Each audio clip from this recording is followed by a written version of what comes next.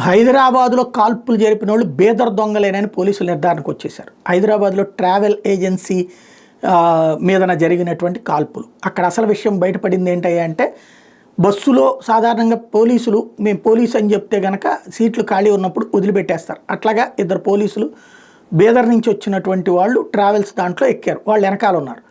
వాస్తవంగా అదే బస్సులో టిక్కెట్లు తీసుకుని ఈ దొంగలు బేదర్ నుంచి పారిపోయినటువంటి వాళ్ళు రాయ్పూర్ పోవడానికి అని చెప్పేసి హైదరాబాద్లో బస్సు ఎక్కారనమాట. వాళ్ళు పొద్దుననగా వచ్చేసి టిక్కెట్లు కొన్నారు. సాయంత్రం 6:30కి బస్సు అంటే ఆ టైంకి వచ్చారు, కూర్చున్నారు. కాకపోతే ఇదివరకడికి మళ్ళీ కాకుండా ఇప్పుడు లగేజీ చెక్ చేస్తున్నాయి ట్రావెల్స్. ఎందుకంటే గంజాయి దొరుకుతుంది, లేకపోతే ఇంకోటి దొరికినప్పుడు మధ్యలో ఆపేసి ఇబ్బంది పడుతున్నారు కాబట్టి చెక్ చేస్తుంది. అలా చెక్ చేసేటటువంటి క్రమంలో పోలీసులు మేము పోలీసు అంటే వదిలేశారు. ఈ ముందుగా వచ్చినటువంటి ఇద్దరు కూడా వీళ్ళది వెరిఫై చేస్తుంటే 500 రూపాయల నోట్ల కట్ట చేతిలో పెట్టి సైలెంట్గా ఉండమని చెప్పారట. దాంతో అతనికి అనుమానం వచ్చి నువ్వు దిగిపోండి మీరే అని చెప్పేసి దింపాడు.